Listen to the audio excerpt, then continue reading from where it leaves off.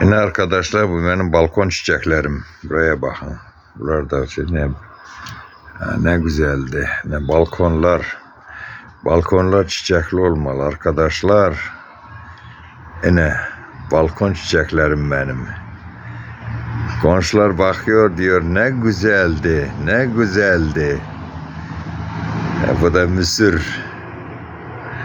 Mısır da ektim. Yine balkon çiçeklerim.